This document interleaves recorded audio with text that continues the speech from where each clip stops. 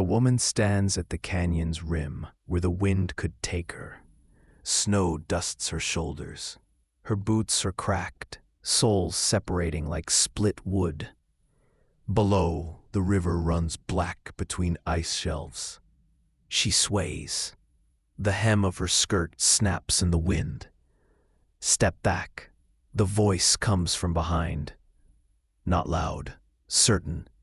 She doesn't turn. Leave me be. Can't do that. Boots crunch through frozen grass. He stops 10 feet away, close enough to reach if she falls, far enough to let her breathe. Nothing here but wind and drop, he says. That's why I came. He shifts his weight. His left leg drags slightly. Your choice, but the cold'll take you before the fall does. Seen it before. She turns then. He's older than his voice suggested. 40, maybe more. A scar runs from temple to jaw, pulling his mouth into a permanent, almost grimace. His coat is patched. His eyes are gray as the sky. You following me. Saw you walk past my place 2 hours back. Figured you were headed somewhere specific. Got nothing but time. He reaches into his coat, pulls out a canteen, sets it on a rock between them.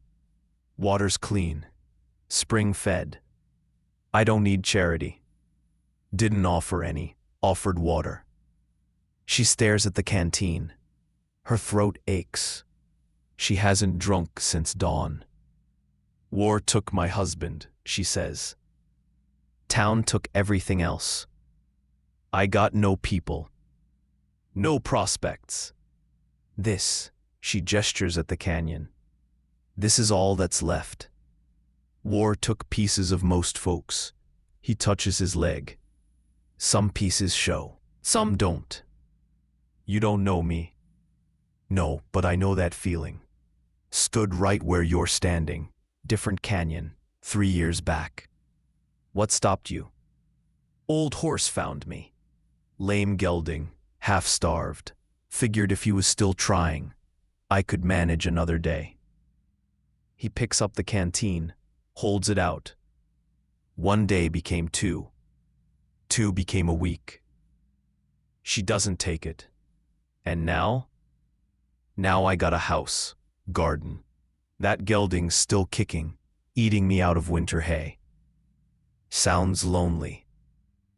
It is. The wind drops. In the sudden quiet, a raven calls. Come back with me. He says, got a spare room, stove works. You can leave tomorrow if you want. A narrow bed with blankets folded at the foot. A chair. A window facing east, where morning will come.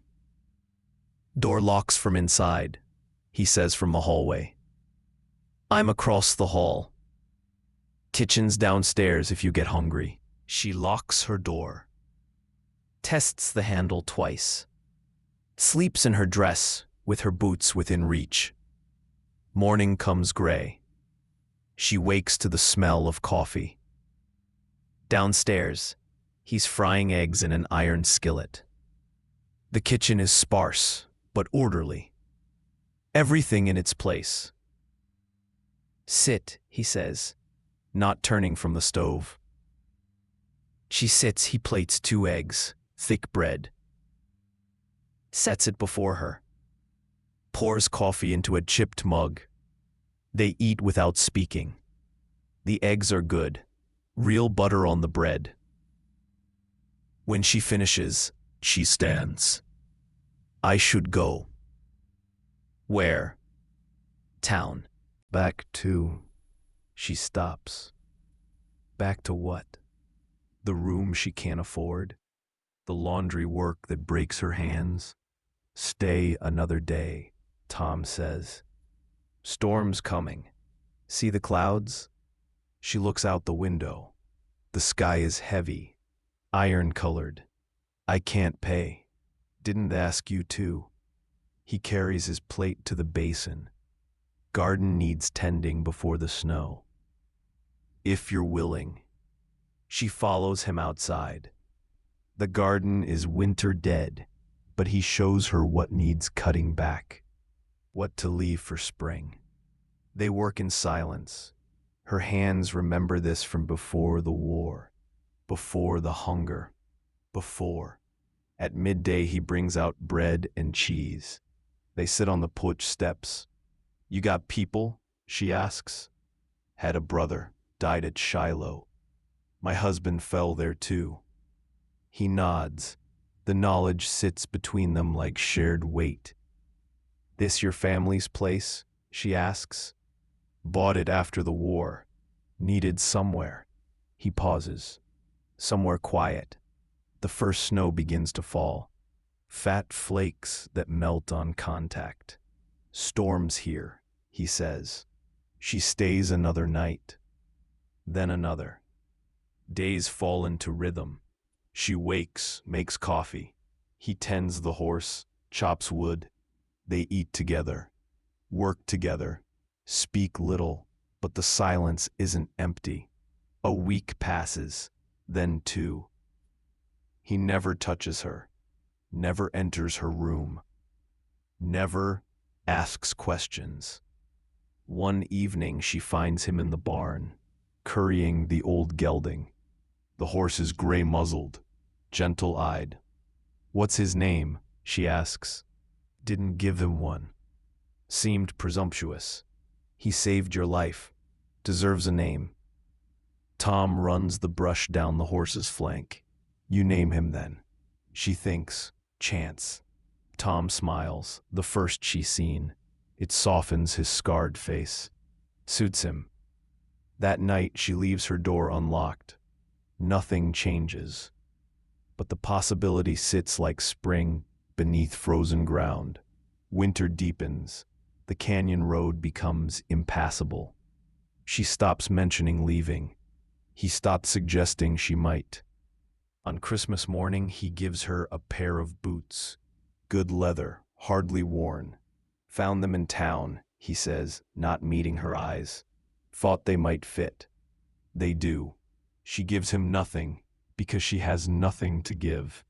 But she cooks his favorite meal, remembering how he ate the stew she made last week, and the gratitude in his face is gift enough. The year turns. Snow melts in patches. One morning she finds him planting early peas. Thought you might help, he says, if you're staying. If. The word hangs there. She kneels beside him in the dirt, takes the seeds he offers, plants them in rows, straight and true.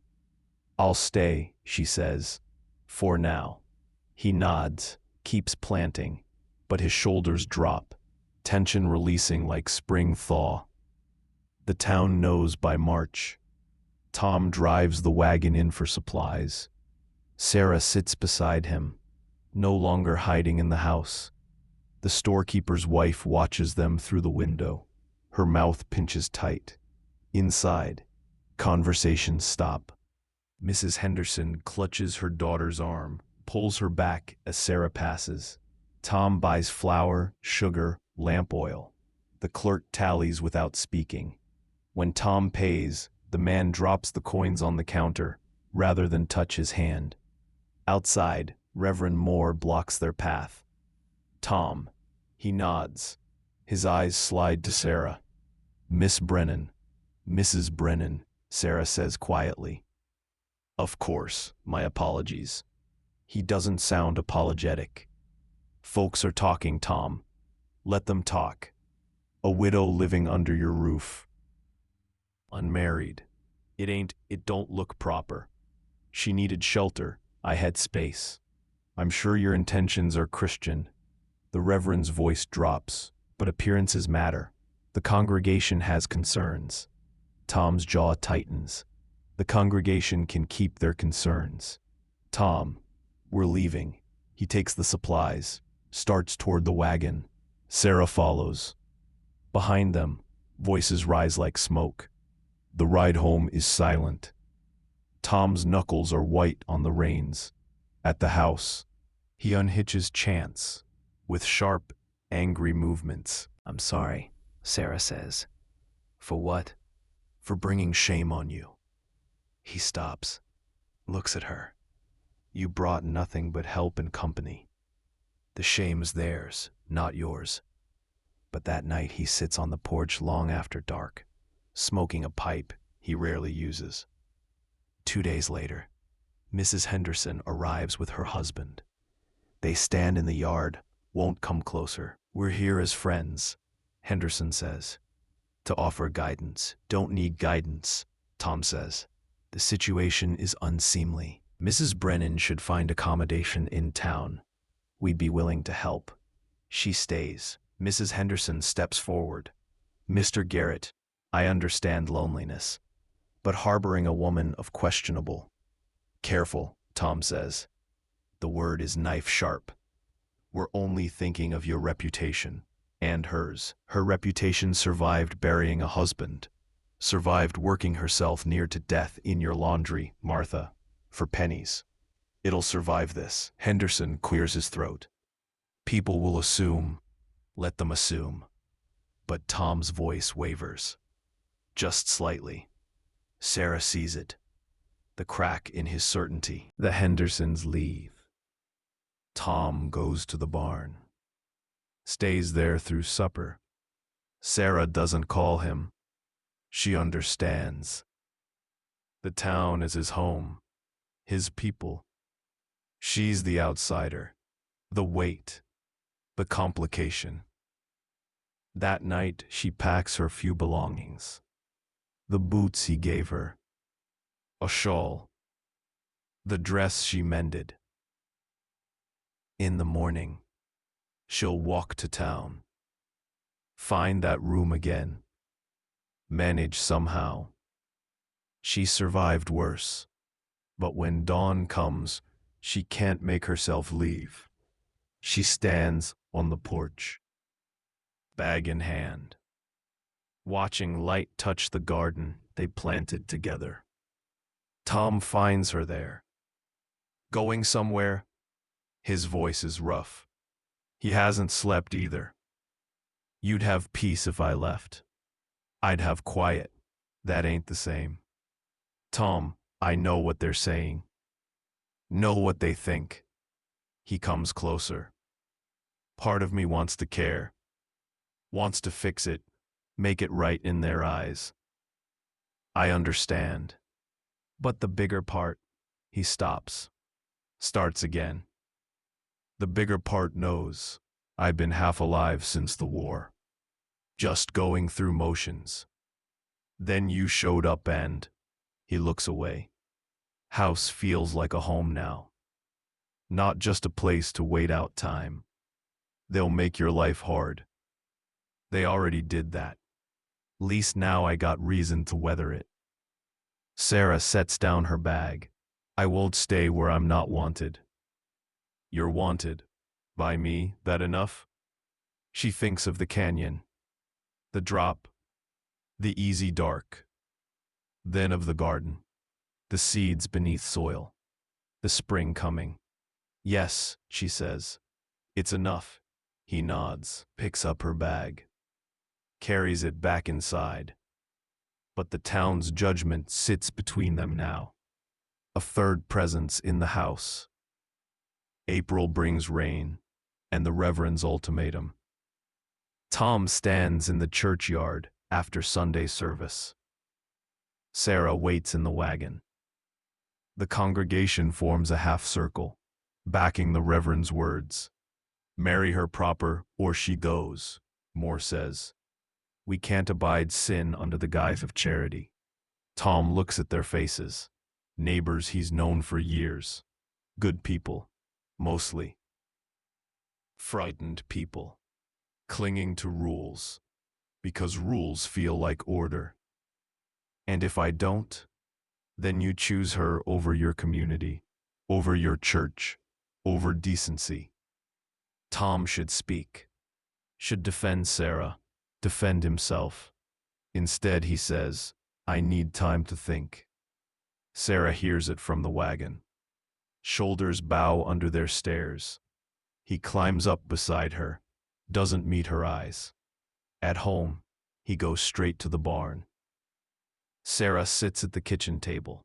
The house feels cavernous, empty despite the furniture, the curtains she mended, the bread rising beneath a cloth.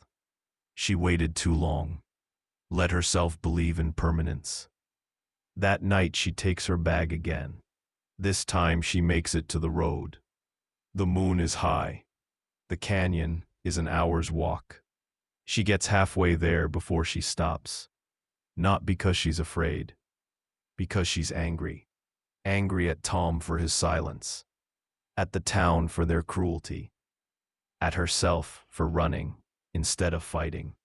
Her husband died, believing their future mattered. She dishonors his memory by throwing hers away. She turns back. Tom is on the porch, rifle across his knees. When he sees her, he stands so fast the gun clatters to the boards. Thought you'd gone. I had. What brought you back? I got tired of letting other people decide my worth. She climbs the steps, faces him. I'm staying, Tom.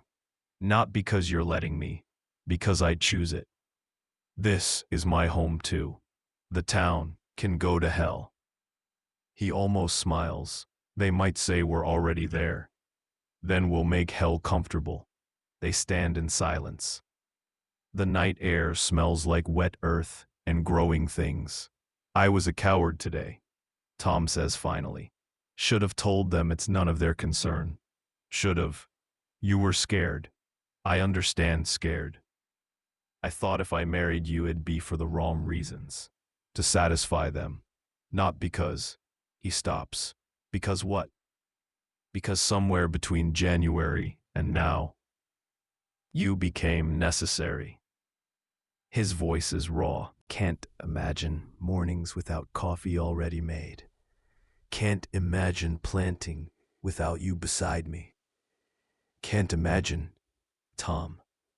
I am saying it wrong. You're saying it fine. I want you to stay, not as charity, not to quiet tongues. As my, he struggles for the word. Partner, Sarah says. Yes, partner, wife, if you'll have me, but only if that's what you want, not what they demand.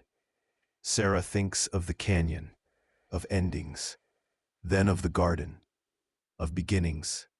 I want it, she says, but not in their church, not with their blessing. Where then? Here, just us and chance, no reverend, no congregation, just two people choosing each other. Tom nods. When? Now. They stand facing each other on the porch. No rings, no vows written out. Just two scarred people under an indifferent moon. I promise to stay, Sarah says, to work beside you, to build something lasting.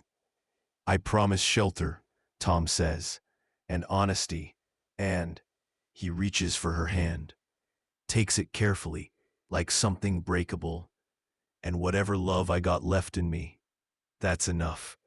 He kisses her then, gentle, uncertain, real. Inside, she unlocks her trunk, the one possession she carried from her old life, shows him the things she's kept hidden, her husband's letters, a tintype, a child's shoe from a baby who didn't survive the war's privations. This is who I was, she says. He shows her his scars, the one on his face, the one on his leg, the ones inside that don't show, but still ache. This is who I am, he says. They sit up through the night, building their history from broken pieces. By morning, they're married in all the ways that matter. The town takes 3 months to accept it. Some never do. But in June, Sarah plants roses by the porch. In July, Tom builds her a bookshelf. In August, they harvest vegetables from the garden, and Sarah preserves them in jars that line the pantry shelves. Proof of abundance, of future, of staying. One evening in September, Tom finds Sarah on the porch, watching sunset paint the canyon gold. You ever think about that day? He asks. At the rim? Every day. Regret coming back with me? She takes his hand. His palm is calloused, familiar. Not once. The old gelding wickers from the pasture. Chance, still kicking, still trying. My brother used to say home ain't a place you find. Tom says, it's a thing you build, one day at a time. Wise man. He had his moments. They sit as darkness gathers. Inside, lamplight glows warm through windows. The door stands open, unlocked, welcoming. Sarah thinks of the canyon, how close she came to choosing the drop. How grateful she is she chose the climb back instead. We built something good, she says. We did. We'll keep building. Yes, it's not poetry, not romance from books. It's better. It's real.